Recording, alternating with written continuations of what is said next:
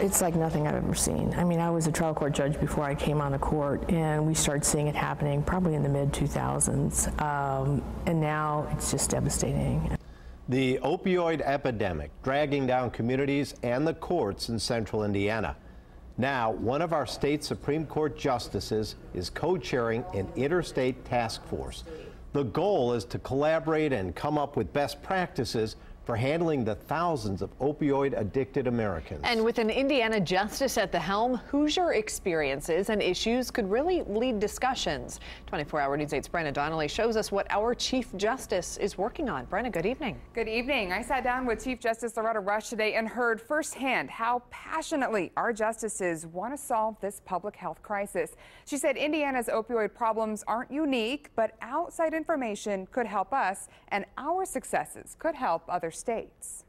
My sister was a high school softball player, and she had a back injury, and they treated her back injury with pain medications, which she then became addicted to. Brad Cooper's sister Leah died of a heroin overdose. Back in 2008, that was shocking. You didn't hear that story back in 2008. No one ever heard heroin. That experience, a year before he was elected as Johnson County prosecutor, prepared him. We saw this coming.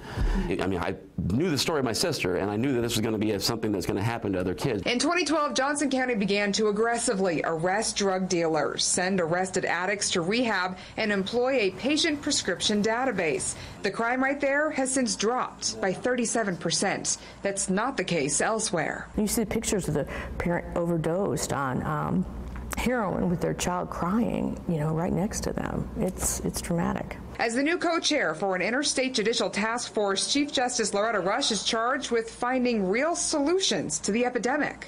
Get all the task forces that are state by state or plans, get them together, overlap them, and see where our gaps are. She says she'll tell Johnson County's story and listen for new ideas. You take some of the strategies that are working across the states, and they're all sort of individual little silos, and bring those together so that you've got a blueprint nationally for how do we stop this.